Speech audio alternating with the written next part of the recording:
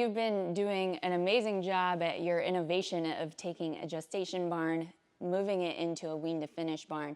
Let's talk about some of the things that you did do to this building. So quite a bit of overhaul happened here.